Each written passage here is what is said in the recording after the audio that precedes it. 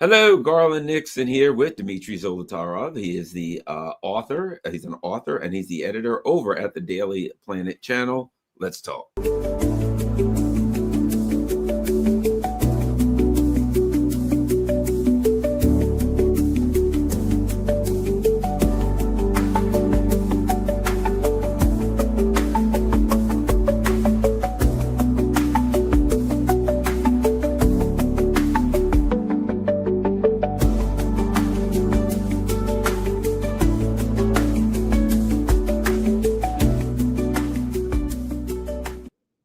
All right, just so you will know, here we have Dmitri Zolotarev. This is his great YouTube channel, The Daily Planet. I believe he's also on VK, so you can check it out and enjoy the good work that he's doing. Dmitri, welcome back. It's been about a year, and look forward to talking back with you, and maybe we can get going again. Right, a long time no see, Garland, and it's an honor and pleasure being with you. Thank you very much. And so tell everyone where are you still in the same city, the same area where you were before? Yes, unfortunately, the things didn't turn that good for me. I was dreaming on moving to St. Petersburg, the city, not very far from Moscow, one of the capitals, cultural capital of Russian Federation of Russia.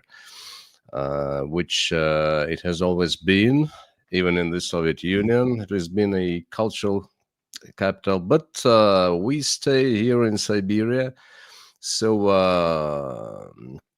with my family. And I think right now it doesn't matter how close to Moscow I am, because I'm not in the so-called chosen bloggers who are close to Kremlin. I'm standing alone, and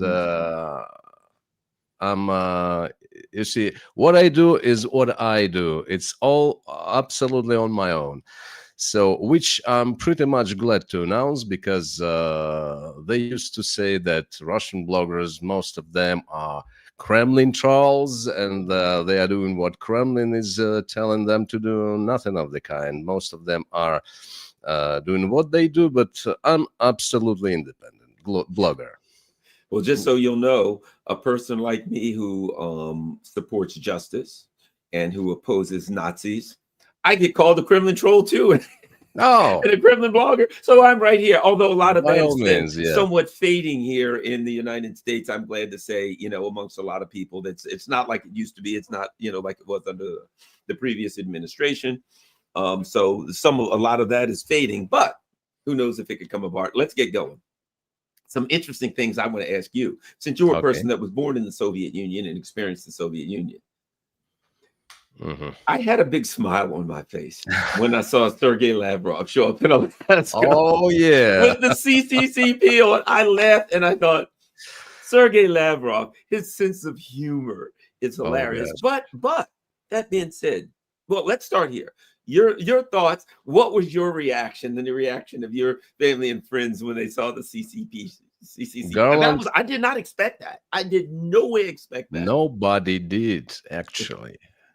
That was just you see, I had a hand grenade exploded right next to me, because you see, not pretty much people in Kremlin are fond of the USSR. And we don't have ideology. Russia doesn't have ideology, and should I say, we don't have for sure communist ideology, but the best of features of USSR are getting resurrected right now, and it's not a government program. It's just a phenomena which goes around in the society. And when I noticed that Lavrov was wearing this T-shirt, gosh, that was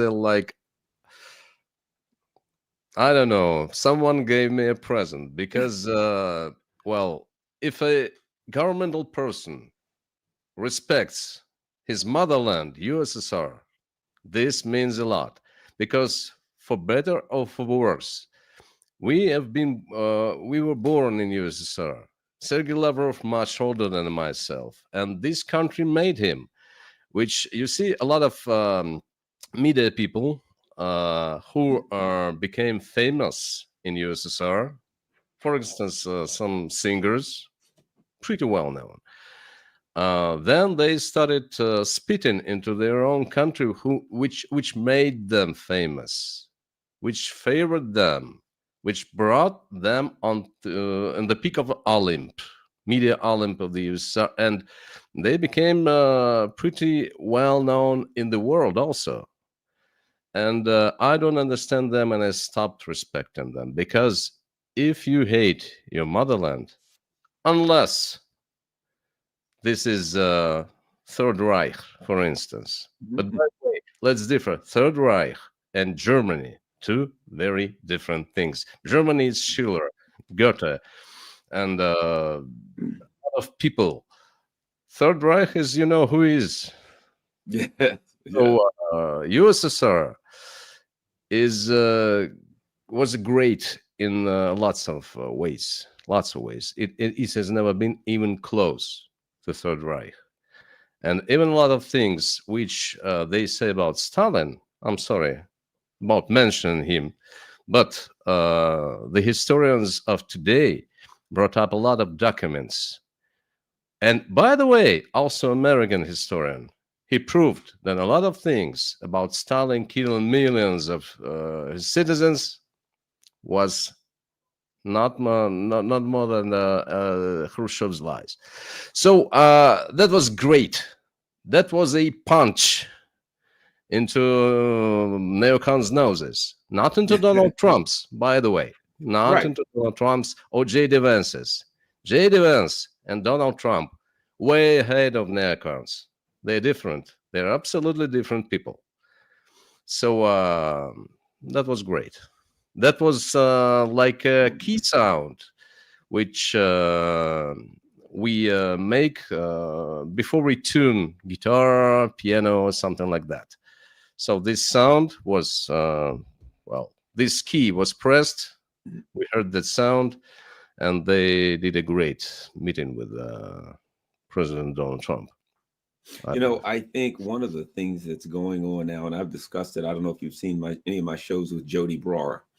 Mhm. And I've discussed this, we've discussed this, and that is since the United States, since the Russian Federation is basically under attack by the same ideological forces that they were attacked by during the Third Reich, it has been necessary and successful for the leadership of Russia to reach back to the legacy of the Soviet Union, the legacy of industrial power, the legacy of patriotism and unity amongst the people, right? The people who are working in the military industrial companies making drones and making shells and munitions, etc., are people more often than not that were educated in the Soviet Union, that were taught how to work in industries in the Soviet. You know, there are a lot of people now who are involved in industry and involved in making decisions and doing the things to make the special military operations successful, to make the diplomacy successful, to make the technological advances, whether it's, Oreshnikov missiles or S-400s. These are Right. people who were educated in the Soviet Union. So I think one of the things, to be frank, that Sergei Lavrov was doing was demonstrating the respect that the leaders of Russia today couldn't have the success that they're having if not given that foundation and that strength that came from the Soviet Union, that came from the educational system of the Soviet Union, the diplomatic education, etc. The technological advances were incredible in the Soviet Union. Anyway, your thoughts? Absolutely, absolutely, and I believe you're absolutely right, because all we have is fundamental things. We owe to the Soviet Union. The reason Russia haven't been overrun by the enemy forces, which were surrounding Russia in 90s, when the local traitors, let's say Yeltsin and Gorbachev, sold out the country. Why? Because Russia did have the army and people, the commanders who grew up in Soviet Union and would never allow Russia to get sold out completely. First, and second, the nuclear facilities which were built around the country, which were taken into account, which have been taken into account in 50s, 60s, now, and so on and so forth, as a last instrument which keeps existential means of Russia. So that was really, you see, maybe it was not less a sign to the neocons than a sign for the Russian society, whom Sergei Lavrov and what Sergei Lavrov honors and respects. First of all, that was a sign. USSR. It was what? Excuse me. What was remarkable? It was written in Russian. Yes, yes, CCCP means SSSR, USSR. If he wanted it written in English, he would wear a t-shirt saying USSR, right. like a tourist, like you see a member of sports team who's Yeah, going to, you see, Olympics, so on and so forth. Writing in Russian was a sign also to Russian society. So we are bringing that back, not USSR completely, but the best things which were making prosperous, us prosperous. I mean, excuse me, I don't know why I'm stuttering like that. yeah. Maybe because I'm a little bit on emotions speaking about that. But what I want to say, this sign was really, really important for Russian society, bringing back the best. Yes, we live in a different country, but we are building on the best of our history. That's what I wanted to say. Additionally, we see some things such as I've read recently that the Russian government is looking at providing things for people that have families that have children, providing things for people that have been married a long time, providing things like that help to build and strengthen families and things like that. I don't know how much of that will or will not be passed, but once again, I think that's a recognition of the kind of programs that happened and during the Soviet Union, the kinds of things that were done to strengthen people. And here in the United States, but first of all, in the West, all we get is propaganda about this USSR, so we can ignore that. But there were a lot of things done there to alleviate suffering of the everyday common man and to strengthen families. And it sounds to me like there are at least discussions and a recognition that those things are important and may be needed again today. You mean the main and purposes for which USSR government have been standing on and working for? Because I'm asking again because sometimes you freeze and I'm losing your Oh, sound. okay. I didn't get your question completely. Certainly, yes. Let's see if we can get this out. And that is one of the things we're seeing now is the Russian government discussing doing things like money for families that have Oh, children, right. money for families that people who are married that stay together for long periods of time, the kinds of programs that were in the USSR to strengthen everyday people. That the Russian government is realizing that those things are important. But while in the West we hear propaganda about the Right. USSR, people don't realize that there were so many programs to just help everyday people who might have been sick or ill or families or whatever the case may be. Absolutely. We did have a great social program, I mean, in whole, which was consistent of lots of programs. real estate program, support, financial support program, pension program, and healthcare program, which was absolutely free in Soviet Union. I mean absolutely, and I mean absolutely free. So everybody could get the same healthcare, just visiting doctor, getting what he need. The only thing we had to pay for just medicine, which we were getting from drugstores. But some category of people was given the drugs, I mean the medicine, for free as a support from the state.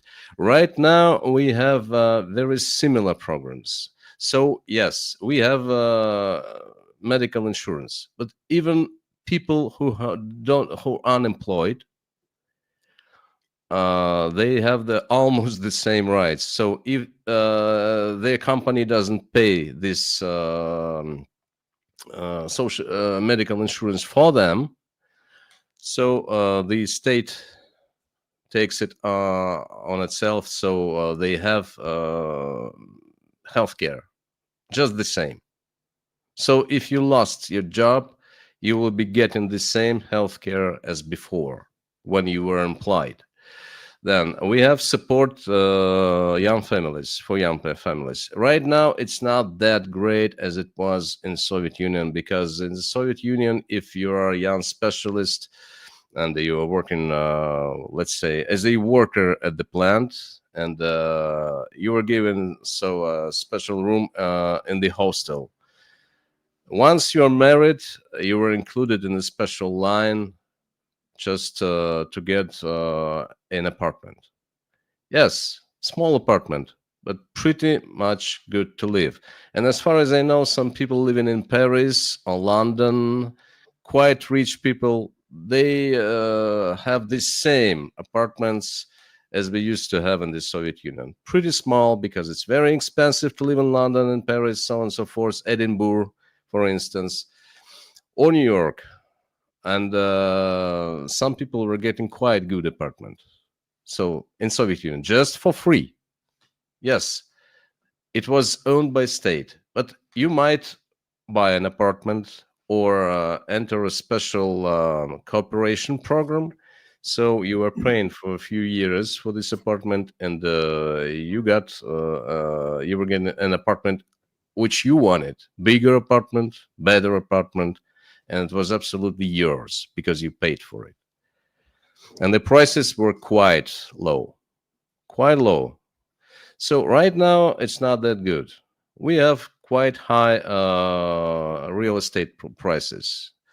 It's hard to have an apartment. Quite if you're just let's say a school teacher or a university professor, it's you can just have an apartment like before, like in Soviet Union.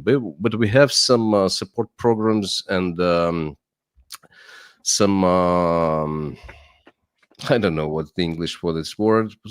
A financial program, Mhm. a loan to Right. get an apartment. Some different loans, higher percentage, lower percentage, and for some category of people, it's low because you have children under 18, even one, or you are a special category, belong to special category, and so on and so forth. So lots of programs, social programs are the same, and lots of new social programs are being instated by the state. So I believe in 10 or 15 years, Prime Minister Mishustin, I don't know who's going to be president by that time. Well, I'm not a wizard, I can see future, but I believe Prime Minister Mishustin will be uh, either Prime Minister, either someone else in the government. And I think in this period of time, they will make it quite close to the Soviet Union, meaning of social programs and support of society and people. So What about a question? And I'd like our people to hear about it. What about for instance, people who had, let's say, some that was born, with no legs or blind or maybe mental problems or things like that, that were unable to take care of themselves in the Soviet Union? What kind of, were their programs? What was that like? Well, in the Soviet Union, the families of disabled people, especially those who were born disabled, they had a special support. Free medicine. Sometimes they were getting wheelchairs for free, and things like that. So special treatment for free, just not regular surgery or regular healthcare, but some special thing, which, for instance, you can get a very sophisticated surgery in your city, for instance. So they were supported to buy train or plane tickets to Moscow. They were provided with hotels, and so they could go there, live there, while this person has surgery, then rehabilitation period. While rehabilitation period, they used to live there, and they were taken home. So in Soviet Union, they supported people like that. Right now, it's not completely like that, but quite similar. So sometimes they have a free quarter to do a special, very sophisticated and expensive surgery. If this disabled person can undergo surgery like that, nothing can be done. So they just support the family because they have a disabled child, or when this person grows up. So they have a lot of things of support. I mean, financial, and sometimes maybe with providing with an apartment, which depends on the local government. I mean, governor, or it's up to the mayor. Things like that, unfortunately, don't happen a lot. I mean, they don't just give away apartments like that, but some governors, some mayors do that, or some prosperous people just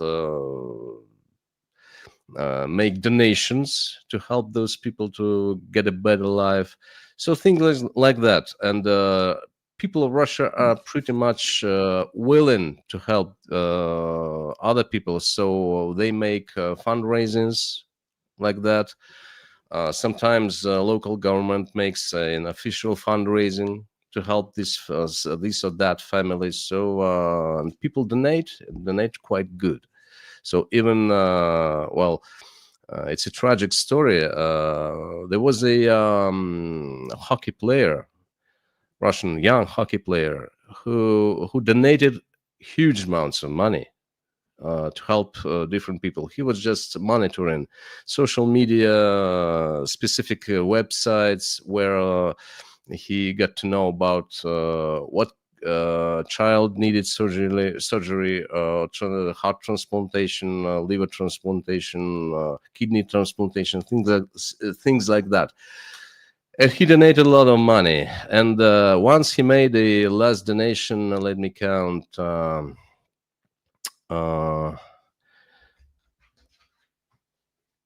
Okay, I'll ask Siri. Siri, 12 million rubles in US dollars. Okay, that was a few years back. So it says he donated this sum close to $200,000 just right away from his smartphone, just transferred the money. And that was a last donation. He was on the plane to go to the game, and the plane crashed. He died.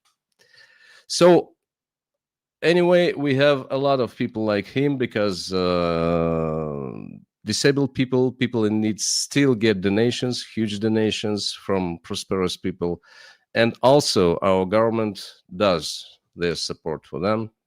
So Let me ask you this. One of the things I understand is that the special military operation, that there's okay. strong support for it amongst the people, that there are a lot of people who are volunteering.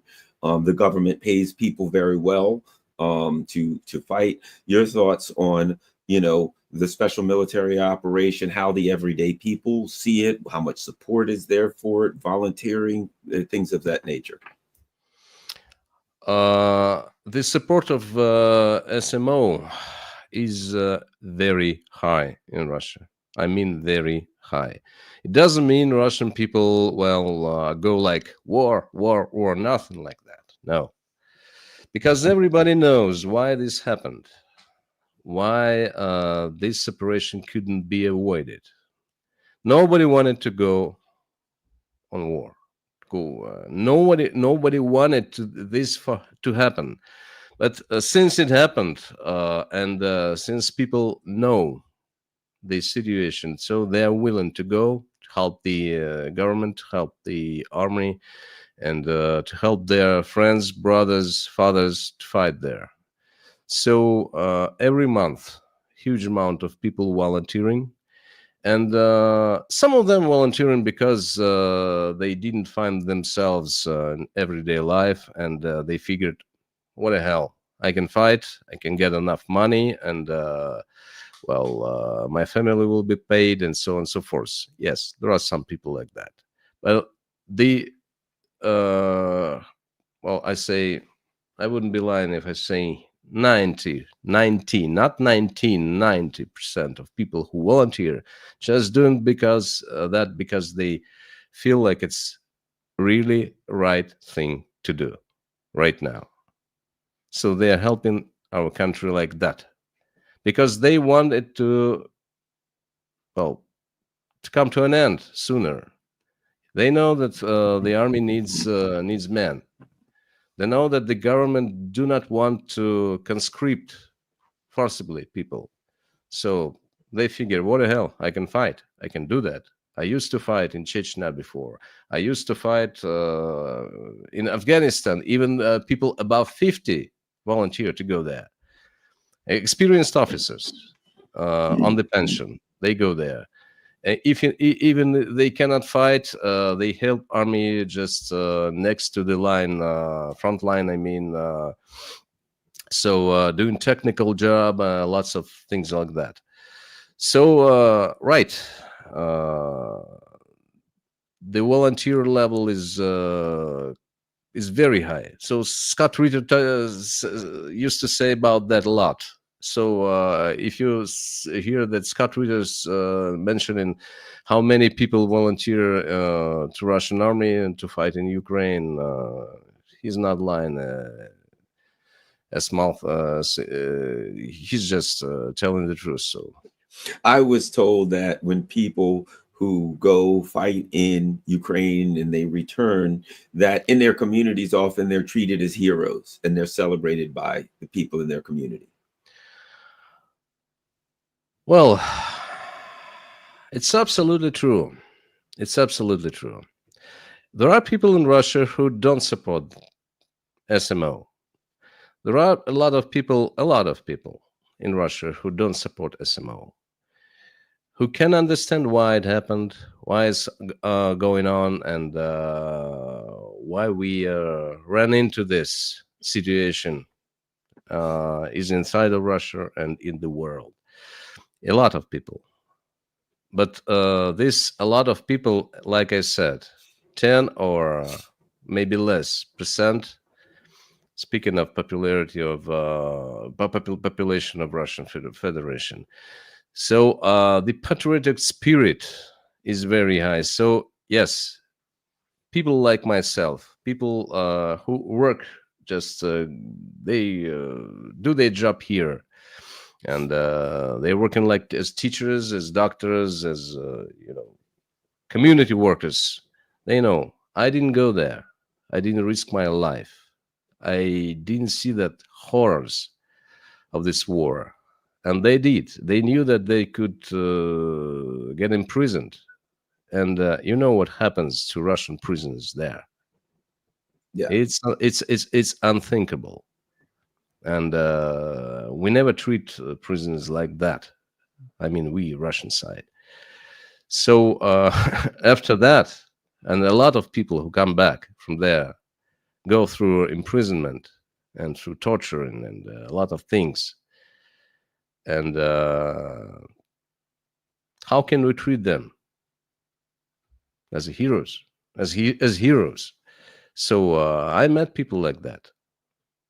They don't talk a lot about war. If you meet a person who came back from the front line and spitting a lot of words and emotions, what that was like there, you just get a simple thing to figure out. He was never been there. Maybe he was close, but he never saw combat. He never saw the real front line. People who come back from there, they don't talk a lot because you cannot unsee that. Yeah. Now, something Yeah. I wanted to ask you about. Prior to, I know my understanding, if I'm not mistaken, in Russia, the second largest party behind President Putin's party, is it still the Communist Party? Yeah. My understanding was that prior to the special military operation, they really did not support President Putin.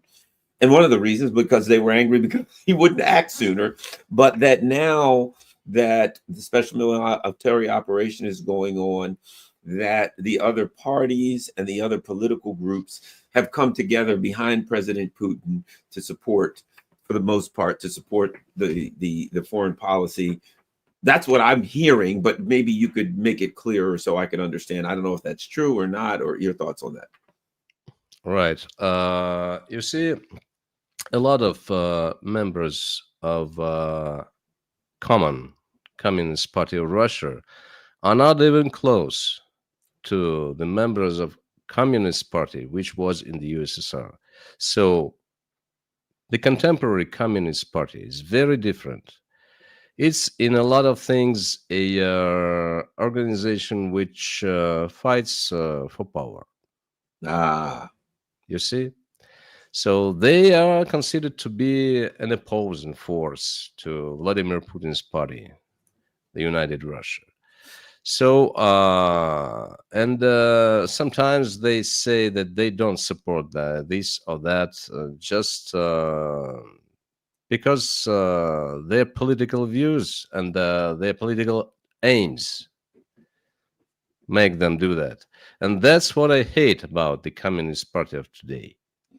Because that's why I don't trust them too much. Some of the members, or which I know of this Communist Party, they come from Soviet Union. Like myself, they're older than me, and I could call them an old guard of the Communist Party. And they are absolutely normal people. They understand everything, and they don't have double standards, which a lot of people who are in Moscow, in State Duma, the representatives of Communist Party, they do have double standards because they have their political aims, goals. I'm sorry, their political goals, and those goals make them do things which I hate. Because a communist in the Soviet Union, and it was considered not always, well, a common member not always used to be like that, but a lot of people used to be like that, and a lot of people worked really hard to be like that. The most righteous person, the most honest person, the person which has in mind first his or her motherland, his or her citizens, his or her family, and in the last time himself. So that's why during the Second World War, the Great Patriotic War, they died without hesitations, just not to let the Nazis go another meter deeper in the Soviet ground. That's why.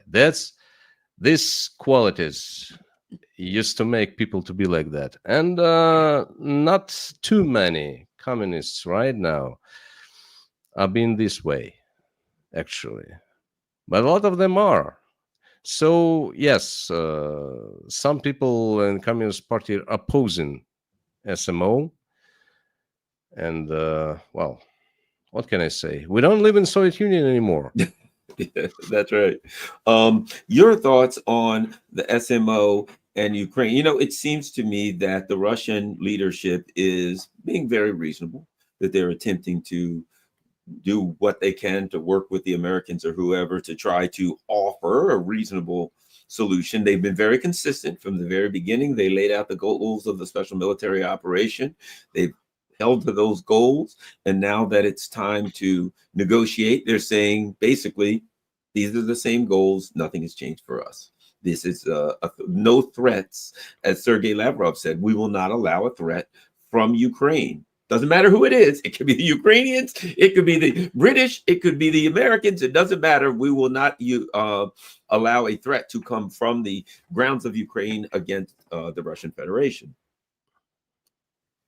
And it seems to me that, to be frank, the Zelensky and the Kiev regime doesn't in any way represent the Ukrainians anyway, that they are just puppets, that they are just actors for the British, the French, the Germans, etc. Your thoughts? Ukrainians never threatened Russia. Ukrainians never did that. And saying Ukrainians, I mean Ukrainians, the Ukrainian society. When Soviet Union collapsed, or should I say it was dismembered forcibly, when they were asking the society of Ukraine, of Soviet Union, about how we should live, everybody said we should live together like before. Nobody just allowed himself or herself to think that Ukraine may be separated from Russia. We considered ourselves as one country. We thought, okay, Baltic states, Yeah. Even in Soviet Union, they were special, and they were a little bit different. Therefore, they lived in Soviet republics, and many of Baltic citizens right now grateful to Soviet Union, how prosperous their country used to be, because Soviet Union built a lot of factories, manufacturing there. So, but we could think, okay, some other states maybe will decide to go and become different states, but Ukraine never. But soon enough, we saw in 1993, Ukraine already became a separate state with border with Russia, which was unthinkable. Why? Because Ukraine, it has been used way before Soviet Union collapsed. It has been poisoned with those banderist ideas, nationalist ideas, for years before Soviet Union collapsed. When Joseph Stalin died and Khrushchev came in power, he allowed all that banderist scum who was in prison for war crimes, by the way. Not everybody of them were eliminated. Many of them have been sent to prison, and Khrushchev just set them free, and they started to work. But they didn't work on their own. They have been manipulated from the West. That was in Soviet Union. This job has begun when the Soviet Union was a whole living country in 60s, 70s, and 80s. And this terrible thing has been growing for decades, long before Soviet Union collapsed. For 3 or 4 decades. I'm sorry. Yeah, approximately for 4 decades. Just since Khrushchev came in power. The KGB, yes, KGB tried to eliminate those sources from outside, which provided them with specific ideology and literature and all. But unfortunately, it has been growing. And then when Soviet Union collapsed, a lot of people came back and started working. Non-governmental, so-called non-governmental organizations just came to Ukraine, Georgia, Armenia, and started feeling themselves free to do whatever they want. And a lot of other republics of Soviet Union. So they started using Ukraine long before that. And a lot of people in Ukraine, even in 2022, we're not seeing Russia as an enemy. We're not seeing Russians as enemies, and they don't hate Russians. Only those who were, well, who are bought by those who tries manipulating them. So we don't fight Ukraine, people. I'm addressing to your audience, Garland. We don't fight Ukraine. We fight those forces which poisoned Ukraine. Those very forces which poison your countries right now. And I mean every country in the West, not only United States, Europe, and other countries. And those forces don't want you to be. They won't let you be unless you just stand up and say, no, enough is enough. We know the truth. We know what we want. We don't see the West as an enemy. I mean, Western people, Western societies. We don't hate Americans, by the way. We love Americans. I love American culture, American music, American movies. Well, I don't mean those movies which you see. Not the new ones so much anymore. The old American movies I like. The new ones I can't watch. I mean movies. I don't like movies like the last edition of Terminator, for instance. Yeah. It's not a movie. No. I mean those things like good old school Terminator 1 and the first Terminator is one of my favorites. And of course Predator. Those are two of my favorites. Yeah, right. The first Terminator was the best. Predator. Those old movies were really good. I thought. There were a lot By the way, movies. Enemy Mine, an old movie with Dennis Quaid. Just a brilliant movie. Yes. Well, the Terran and an alien made friends, for Christ's sake. Yes. For heaven's sake. I don't watch the movies. You see, and we are pretty much into Western culture, and we don't, don't ban anything good from the West. A lot of Western music is still rotating on radios. Take Russian streaming services like Yandex Music. Mm-hmm. It's not an ad. It's not an ad. I'm just giving an example. Yandex Music, a lot of Western music, unless that music which was banned from outside, which don't provide rights to stream right now. But anyway, we still buy Western movies. We still have an ability to watch some new American movies in the theaters. So think about that. How many Russian movies you have a possibility to watch in American theaters? You have to go to Netflix. I've seen a few good ones, really good ones on Netflix. But again, you don't see them in the theaters here. They don't. The West now, it's such propaganda. Any country, whether it's Iran or China or Russia, that our ruling elite opposes, everything is bad about them, and they're accused of everything terrible. So we just have to ignore it. Internally in the United States, there are a lot of people that are very unhappy with that also, just so you'll know. Right. But I think I wanted to end up by asking what you thought about the Alaska summit, other than, of course, the favorite part, which was Sergei Lavrov's shirt.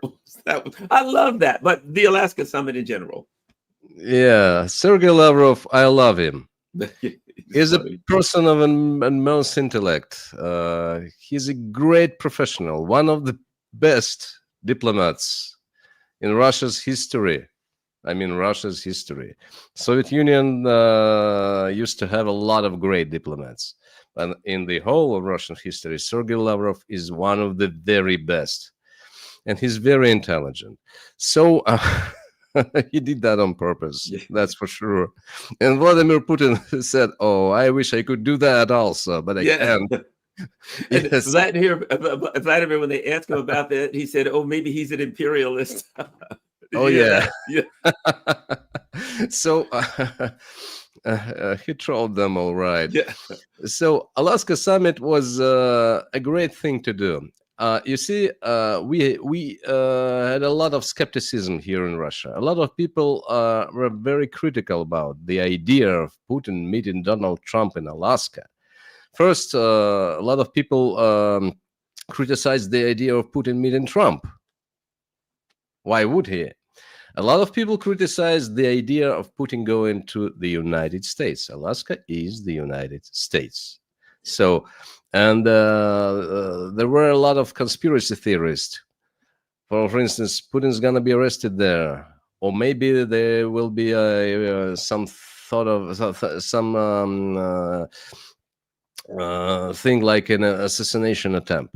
Right. I'm sorry of saying that, but this is all. But people thought that, based on the history of the United States. People say that, yes. People had a right to no be. No matter how stupid that is, yeah. I have to mention it because I read it in comments on my channel, by the way.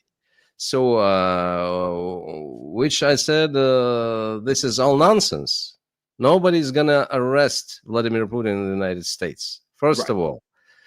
It's not Joe Biden anymore. Speaking of President of the United States, it's Donald Trump, first of all. Second of all, it was a really, really great gesture of meeting Trump on the American soil. It was a great gesture of goodwill. Because Russia is really willing to talk to the United States, to solve our problems, first of all, and to end this war, for Christ's sake, also. So many people said it was nothing. The result is zero, is nil. Why they have met? So, well, the presser was nothing, which is absolutely not. First of all, Putin and Trump met each other. And I even translated one of American professors, the body language experts. Dr. J. Garrison, by the way. So he just analyzed this meeting in every detail, how Trump met Putin. They met like friends. They met like people who respect each other. And after Trump, after the meeting, they came to the press. I could say that Putin told him something, or should I say a lot of things, which Trump heard for the first time in his life. And not only things, but also Putin provided those things with the proof, hard stone proof, documents, and whatever he provided. So I believe J.D. Vance was surprised too. There are a lot of people around Donald Trump who don't tell the truth to the president. That's why the president of the United States sometimes today says one thing, tomorrow says another. Well, why would he? He doesn't know what to believe. But after the meeting, after meeting Putin, he knows what the truth is. And that's why the neocons in Europe were afraid so much of this very idea, Trump meeting Putin, because they knew Putin will tell him all right, a lot of things which they would not like. And which Trump would not like. But Trump now is empowered with truth. And I pretty much, just like this, Trump, 2 hours before meeting Putin, he said, I will be very disappointed if Putin rejects ceasefire, and there will be consequences. And after the meeting, he says, there will not be ceasefire. There will be an end in the conflict, but it's going to be a long job. And there will not be, I won't do anything about sanctions. So the result of the meeting, it's overwhelming, to tell the truth. Just the, If I may add one other thing, I think that's important, yeah. and that is the rulers in Europe, the Macron, Starmer, Hmm. Merz, all of the rulers in Europe, the Baltic, Kaja Kalith, all of these, they try, they're very racist against Russians, and they try to, oh, the Russians are just crazy people. You can't talk to the Russians. They're not reasonable. Putin's just a madman. He wants to attack and kill us, all those kinds of things, right? We can't meet with Vladimir Putin or Sergei Lavrov. They're crazy. They just want to kill us. They'll pull out a knife and stab us right in the meeting. They're going to create this thought mindset that the Russians are just unreasonable, crazy people. I think it was important, and it really angered them, because now they can't make that argument anymore. That President Putin was very professional, that he showed up with President Trump. That was a very honorable meeting. They met on the red carpet, and they shook hands, they smiled, they rode together in the presidential limousine. The Europeans, oh, never, they hate Russians. The Russians are, not below them, right? And I think what they saw with President Trump, now, I'm a person, I have lots of criticisms of President Trump. Just like I'm sure there are Russians that have criticisms of President Putin. I have lots of criticisms of President Trump. But Absolutely. Yeah. any particular instance, I can say that was good. And I thought the meeting, the handshake, the red carpet, the riding together, the discussions, it was very professional. And I think it was important because that ended it for the Europeans. Macron, Starmer, that's it for them. They have nothing anymore. They can't argue. We can't talk to the Russians. We can't. It's clear that we can all talk and that we can all work together. And I think that was the end for them. That finished them. That was the best idea from the very beginning, from the day one and the days before that, just to talk to Russians, to listen to them. And so we wouldn't have this war at all. And President Putin was absolutely right. This war wouldn't happen in the first place should President Trump was the president of the United States that time. So I absolutely support that because, Garland, Scott Ritter, a few months ago, asked me one question. When I was interviewing him, he asked, "What do you think about the United States and putting it as an analogy to the Soviet Union, the late Soviet Union? What do you think of the United States? Will our country fall apart like Soviet Union, like a lot of people say, or it's not going to happen?" And I said that absolutely no. United States will not fall apart.